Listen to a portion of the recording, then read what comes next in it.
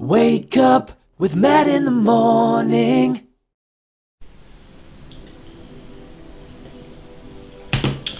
Hey, good morning. Thanks for waking up with me.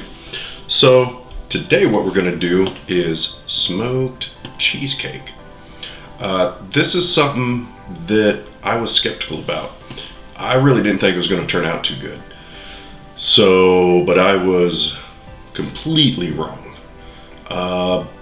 This is delicious.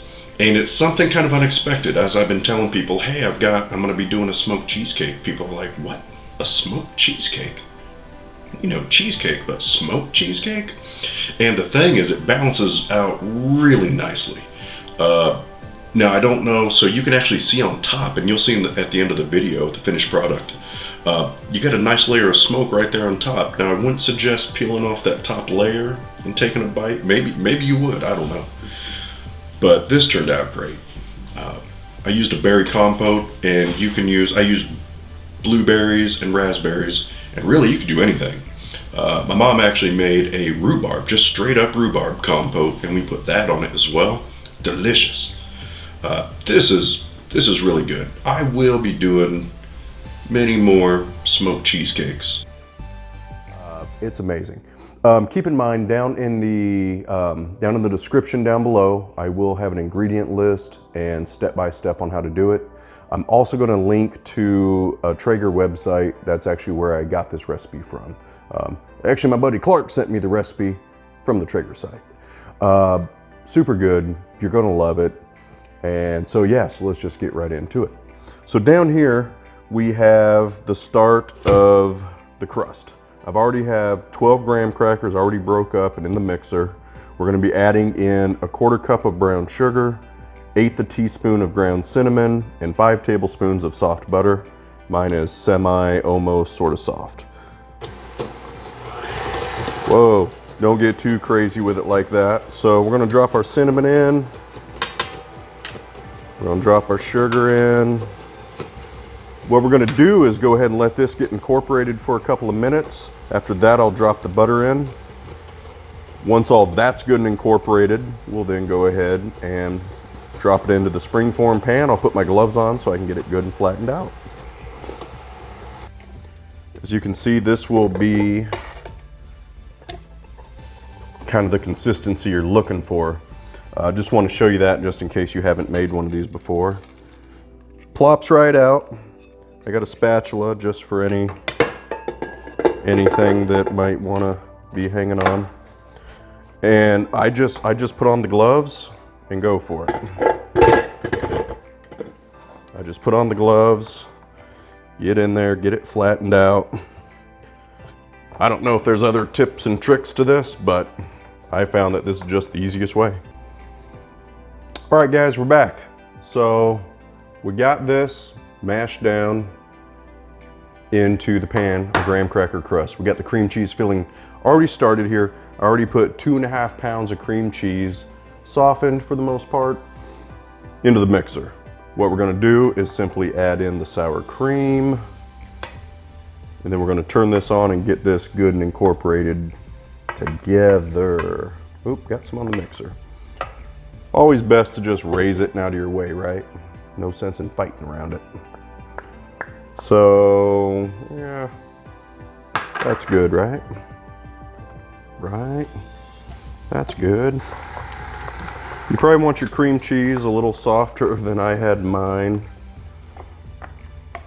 Super soft is what you want for something like this, but here we are. So I'll end up fighting this for a minute. Mix, stop, mix, stop, mix, stop. Which is fine, I'll get it, but just make sure your cream cheese is soft. All right, that took a little bit longer than planned, simply because cream cheese wasn't as softened as it should have been. So, sour cream, cream cheese, it's all mixed together, it's happy, happy, happy. Next up is we're going to add a 1/2 cup of sugar. We're gonna turn this back on. Slowly drop it in. Again, I'll probably have to stop this a couple times, get my spatula out, do the deal, help it out, getting incorporated, which is fine.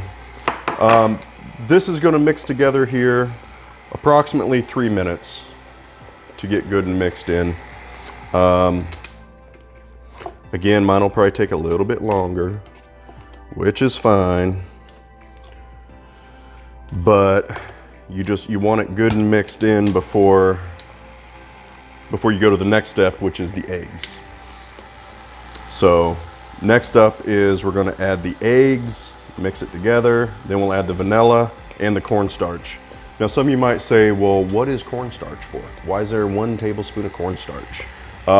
It's simply to make sure the eggs don't coagulate, and then in the cooking process end up causing cracks in your cheesecake.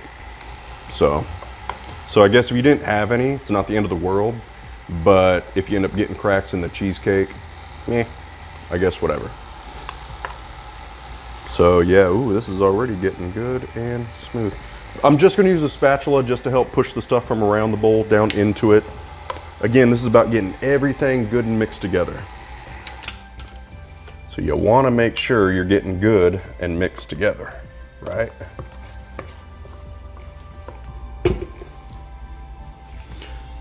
Some of you might say, why are you using a wood spatula now? You were just using some red spatula. The thing may or may not have fallen apart. What do you do?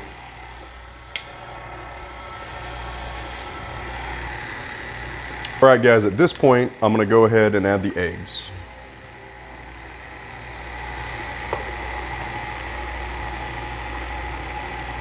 And just keep on mixing. Keep on mixing.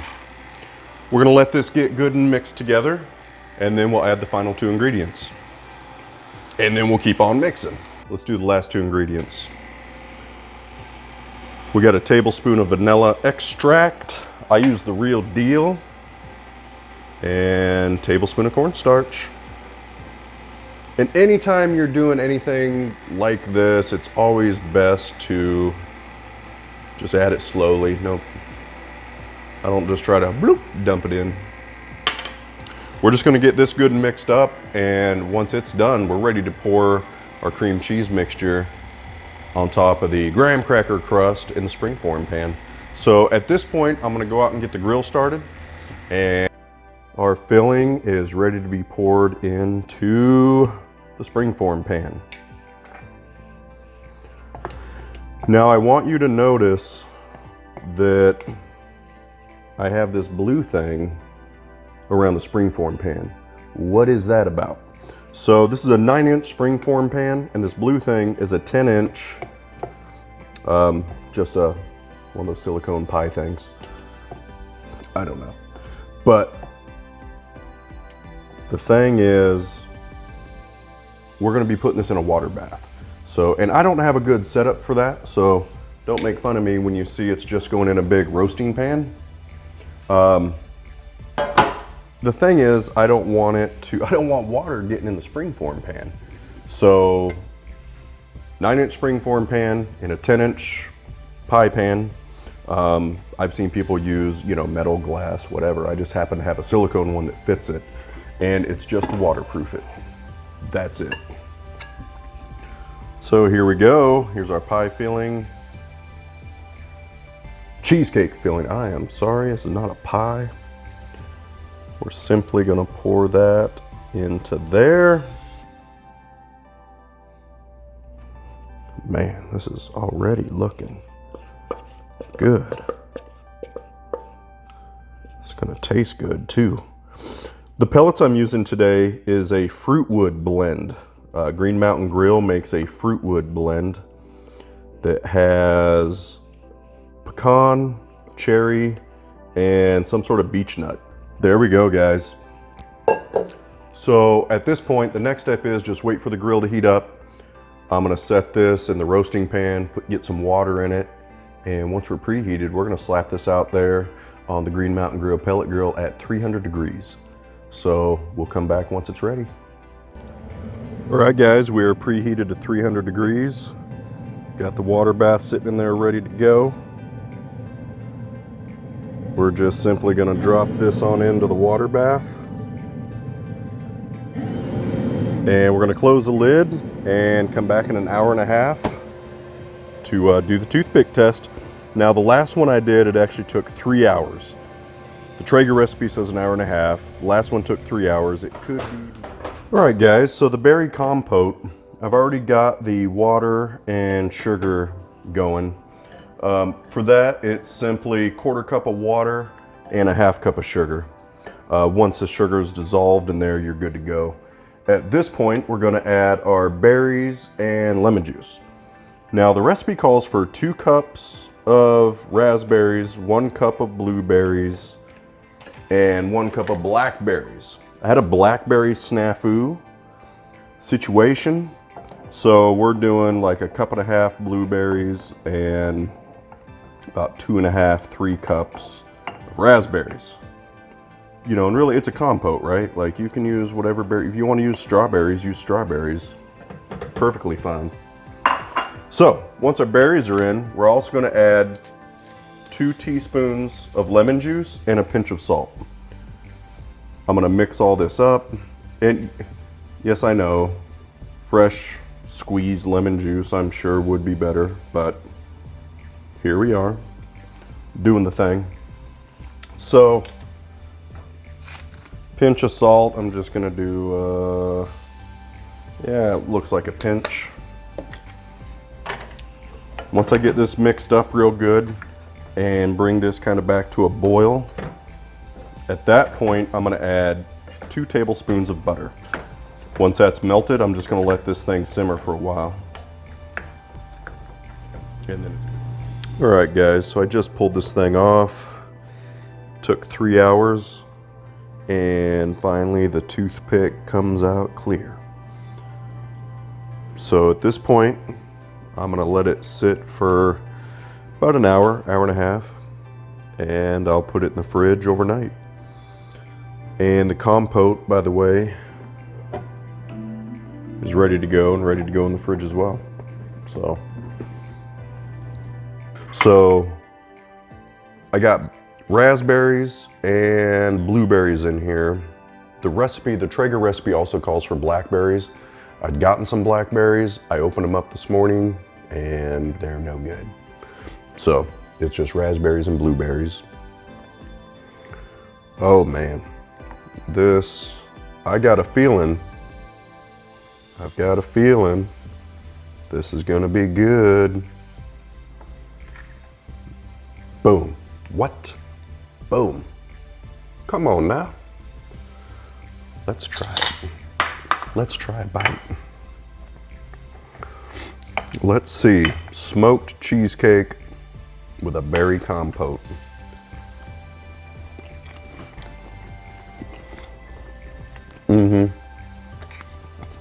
Yeah. If you like cheesecake, smoke it. Really good. So I'm gonna go ahead and shut off this video now so I can eat half of this cheesecake. God, this is really good. Anyways, hey, thanks for watching the video. If you like this video, please give it a thumbs up, comment, share it, all that good stuff as usual. Every click helps. Thanks and have a great day.